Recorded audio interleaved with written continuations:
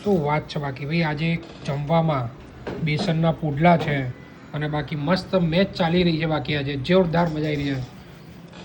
સુગંધ તો દેવ ગજબ આવી રહી છે. જો આજે જમવામાં અમે શાક લેવા ગયા હતા ને એટલે મોડું થઈ ગયું છે, 8:30 થઈ ગયા છે. નહીં તો 6:30 થી 7ની વચ્ચે સાહેબ જમવા બેસતા હોય છે. જો બાકી ઉભા રહો. આવું મસ્ત રબર જેવા છે એકદમ હમ ગજબ. હો બાકી વસ્તુ પેલા એમને એમ કહીએ. જો આની અંદર વેજીટેબલ્સ વધારે હોય ને મસ્ત પેસ્ટ નાખી હોય આદુ મરચાં લસણની એટલે આ ટેસ્ટી જ બને. જોરદાર છે બાકી એક નંબર એમ. ધ્રુવને પુડલા એટલા શોખથી ભાવતા નહીં હોતા, પણ હું આવી રીતે બનાવું તો એમને ભાવે. બહુ જ સુપર. ટેસ્ટી લાગે ને અરે એકદમ. એક નંબર લાગે. ચાલો જમી લો.